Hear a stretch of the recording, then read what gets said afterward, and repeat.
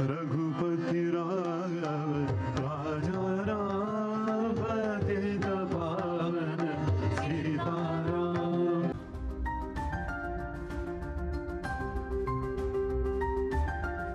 हुआ बड़े तरीके से मेहमान आए हैं, मेहमान गए हैं, अलामिया जारी हुआ है, उसमें दुनिया भर के जो सरबराहान और लीडर वहां पे जमा हो गए हैं, दुनिया भर के जहाँ पे स्टेक होल्डर्स जमा हो गए हैं, दुनिया भर की जहाँ पे फैसले हो रहे हैं, इकोनॉमिक फैसले हो रहे हैं, कॉरिडोर के फैसले हो रहे हैं, and we are missing out of that party. अफसोस है, इस पे जितना भी अफसोस किया जाए कम है कि आज हमारे पड़ोस में 100 मील आपके बॉर्डर से एग्जैक्टली 100 किलोमीटर दुनिया इकट्ठी है।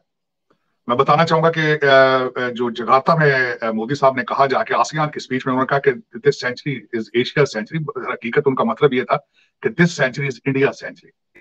पूरी दुनिया को वो ये चाहते हैं कि एक मिलकर सब जो है इस माशरे की, इंसानियत की भलाई के लिए काम किया जाए और उसमें सब ममालिक जो है मिलकर शामिल हों। उन्होंने पूरी जो इंसानियत को, पूरी दुनिया को इसमें दावत दी है। उन्होंने कहा है कि हम सब मिलकर एक दूसरे का फायदा सोचे, एक दूसरे का भला सोचे और इसमें पूरा हमारा जो यकीन होना चाहिए। तो ये एक लीडर की मैं समझता हूँ कि पहचान है।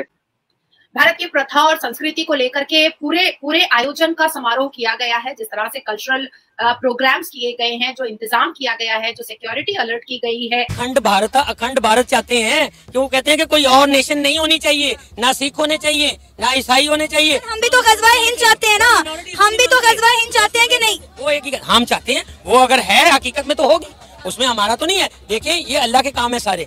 जब आप किसी कौम को दबाएंगे, किसी चीज को दबाएंगे, ये साइंटिफिक मेथड है।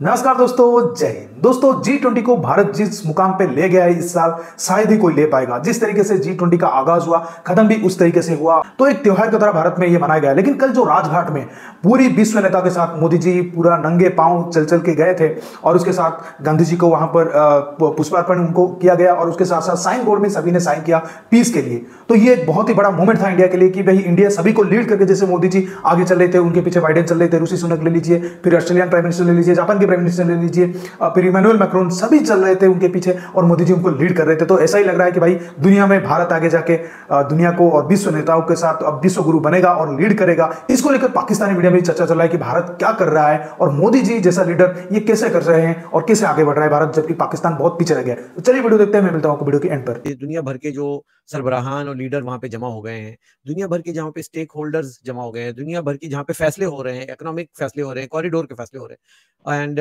We are missing out of that party. अफसोस है, इस पे जितना भी अफसोस किया जाए कम है कि आज हमारे पड़ोस में 100 मील आपके बॉर्डर से एग्जैक्टली 100 किलोमीटर दुनिया इकट्ठी है।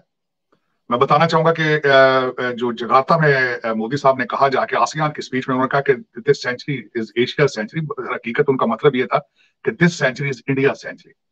कि जितने सस्ते पैसों में चंद्रयान 3 को वो चांद पर लेकर गए और उसके बाद सूरज का उन्होंने किया और चांद के उस हिस्से में उतरे जहां पे पहले ना रशिया उतर सका है ना अमेरिका उतर सका है। तो उन्होंने ये प्रूव कर दिया है कि this century is Indian century, इसमें कोई शक नहीं है। लेकिन हमें सोचना होगा कि आज हम कहां खड़े हैं। चित्राल में टीटीपी क्या कर रही है आज? हम बॉर्डर पर ओपन फायरिंग हो रही है, बॉर्डर बंद है और क्यों है? और 2.2 अफगानी पाकिस्तान में दंदनाते फिर रहे हैं, उनको किस तरीके से निकाला जाएगा, ये क्वेश्चन मार्क है। और हम how will move forward is the most important question. जी बिल्कुल बिल्कुल, बर्निंग क्वेश्चन। इसमें फारूकी साहब, मैं बल्कि कहूंगा कि डॉक्टर शमशाद जो कि खुद PhD है इकोनॉमिक्स में, उन्होंने अगले दिन कहा है कि अगर मुझे पता होता तो मैं ये मिनिस्ट्री ना लेती। 100 किलोमीटर दूर हमारे जैसे लोग, हमारी जबान बोलने वाले, हमारा DNA उनके साथ सेम है, सदियों से इस खित्ते में रह रहे हैं, हम उनसे कुछ सीखने की कोशिश क्यों नहीं कर रहे? आपको कौन सी चीज रोक रही है कि you learn things from them? आज ये लम्हा फिक्रिया है कि वो जो हम मसाले खाते हैं, हम जो कपड़े पहनते हैं, हम जो मूवीज उनकी बनी देखते हैं जी, आज क्या बात है कि हम फारूकी साहब हम उनकी तरह बिहेव क्यों नहीं कर रहे? क्या वजह है? मतलब मूवी की तो कॉपी कर लेते हैं हम, लेकिन बाकी चीजों की कॉपी नहीं करते हम। यही तो बात देखे ना, उनकी मूवीज की कॉपी करते हैं, उनके स्टाइल अपनाते हैं, उनके डायलॉग हमारे बच्चे बोल रहे हैं, ट्वीट पे उनको यूज कर रहे हैं, लेकिन उनकी पॉजिटिव चीजें क्यों नहीं? नेशनलिज्म उनसे क्यों नहीं सीखा जा रहा मोदी साहब के माध्यम से? क्या बात है? वो साइंस पढ़ के आगे जा रहे हैं, मैथ और इंग्लिश के जरिए हमारे बच्चों को क्यों बार बार जिहाद के टीके लगाए जाते हैं? मेरे जैसे कई इंसानों का अलमिया यही है कि क्या आपको अगर जिहाद की जरूरत है और है तो जहालत के खिलाफ करें आप। तो अगर हमने अपना निजाम तालीम, मदरसा कल्चर और ये इस्लामिक सोच, फैनेटिक सोच नहीं बोई होती तो आज उसके फल हम नहीं काट रहे होते ना। तो आज उन्होंने तालीम बोई और आज वो साइंटिस्ट जो है वो पा रहे हैं सबरात। और वही कंसेंसस हुआ है। मोदी साहब ने वहां पर 1-2 छक्के मार दिए एक छक्का उन्होंने मारा कि ग्लोबल साउथ को ले लिया, जिसको पूरी यूरोपियन यूनियन के साथ जितने भी और कंट्री साथ में G20 गए थे उन्होंने उसको एज ए परमानेंट मेंबर बना दिया।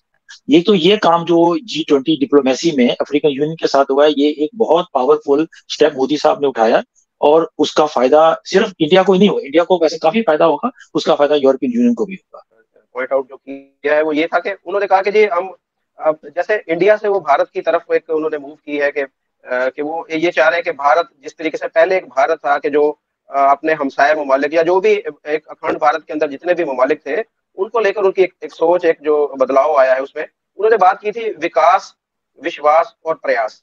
ये एक बहुत ही मैं समझता हूँ कि एक अहम बात उन्होंने की है कि मेरे जो इंडियन भाई हैं वो देखने वाले इस चीज को समझते होंगे, हम भी इसको समझते हैं कि एक तो यकीन होना चाहिए, दूसरा तरक्की होनी चाहिए और उसमें फिर कामयाबी हासिल होती है। मेरे ख्याल में यही इन अल्फाज का जो है वो मतलब है कि पूरी दुनिया को वो ये चाहते हैं कि एक मिलकर सब जो है इस माशरे की, इंसानियत की भलाई के लिए काम किया जाए और उसमें सब ममालिक जो है मिलकर शामिल हों।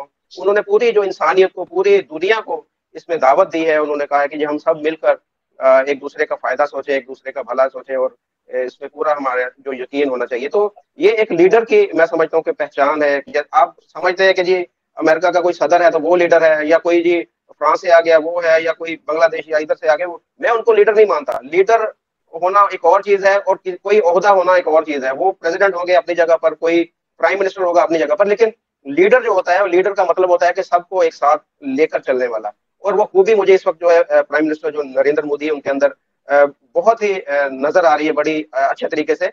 और वो जो एक सोच रहे हैं कि हम सब अभी सोच रहे हैं कि इंडिया जो है वो ग्लोबल साउथ का एक लीडर के तौर पर उभर रहा है, तो वो मैं समझता हूँ कि ये जो सारे इकदाम हो रहे हैं, सारी चीजें हो रही है, जिस तरीके से अफ्रीकन यूनियन को इन्होंने शामिल किया है, इस तरह और भी ममालिक जो है, इससे पहले आसियान समिट जो हुआ उसके अंदर भी मोदी जी ने जो स्पीच की थी वहां पर भी उन्होंने जो ममालिक ऐसे हैं कि जो चाइना के जुल्म और सितम का शिकार है उन्हें भी एतमाद का एहसास दिलवाया उन्होंने। और उनके सर के ऊपर भी मैं देख रहा हूँ कि अब आहिस्ता आहिस्ता इंडिया भारत जो है वो उनके साथ पर हाथ रख रहा है। तो ये चाइना को देखिए, एक लामहला तौर पर चाइना को भी एक काउंटर किया जा रहा है कि जिस तरीके से जो तमाम हमसाया ममालिक हैं वो चाइना से परेशान है, उसके जो सारे जो वहाँ पर हरकतें होती हैं उसके, तो वो सारी चीजें अब मोदी जी जो उन चीजों को देख रहे हैं और एज ए वर्ल्ड लीडर के तौर पर मैं देखूंगा। और इसमें जो मेन जो चीज है वो सारा मैं इसमें से समझ रहा हूँ कि सारी दुनिया की नजरें जो है, सारी दुनिया की नजरें जो है वो भारत की तरफ लगी हुई है,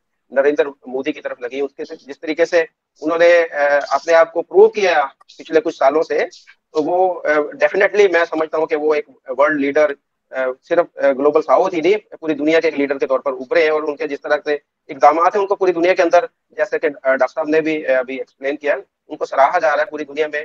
भारत को एक कदर मंजिलत और इज्जत की निगाह से देखा जा रहा है। तो उसमें अब जो इस तरह के जैसे G20 है, आसियान, इस तरह के जितने भी प्लेटफॉर्म है, अब मैं तो ये समझता हूँ कि इंडिया अब डिजर्व करता है कि इंडिया को जो है यूनाइटेड नेशन के अंदर भी परमानेंट जो है वो उसकी सीट होनी चाहिए और उसे वीटो पावर भी मिलनी चाहिए। जिस तरीके से इंडिया पूरी दुनिया के ऊपर अब अपना असर और रसूख दिखा रहा है हर चीज में। आपके ख्याल से कि ये कितनी बड़ी अचीवमेंट है पीएम मोदी की गवर्नमेंट के लिए कि इस पूरे समिट को ऑर्गेनाइज करना और इस तरह से सबका वहां पहुंचना? हम तो खैर देख रहे थे मोदी जी हरे को जप्पियां लगा रहे थे, तो क्या ख्याल है आपका कैसा चल रहा है?